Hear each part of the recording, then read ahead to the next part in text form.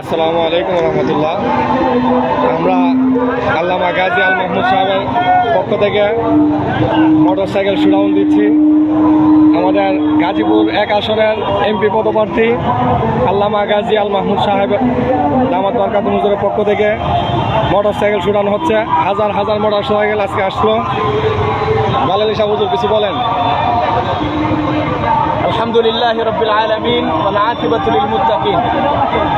আলহামদুলিল্লাহ, আজকে হাজারো ইসলাম প্রিয় তাওহীদি জনতা, ইসলামী আন্দোলন বাংলাদেশের মহব্বত করেনেওয়ালা যারা আছে, সকলে আমরা এক জায়গায় আমাদের গাজীপুরের প্রাণপুরুষ, গাজীপুর 1 আসনের সম্ভাব্য এমপি হাফেজ মাওলানা গাজী আল মাহমুদ হাফিজাহুল্লাহর আহত আজকের এই মোটরসাইকেল র্যালিতে আগামীকাল 28শে জুনের মহাসমাবেশকে সফল করার লক্ষ্যে আমরা এখানে সমবেত হয়েছি।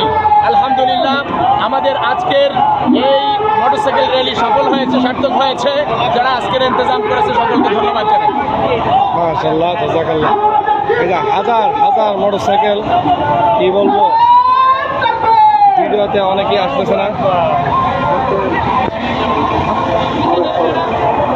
দুর্নীতি আর দুঃশাসনের দিন বদলের ডাক, মাদক সন্ত্রাস মুক্ত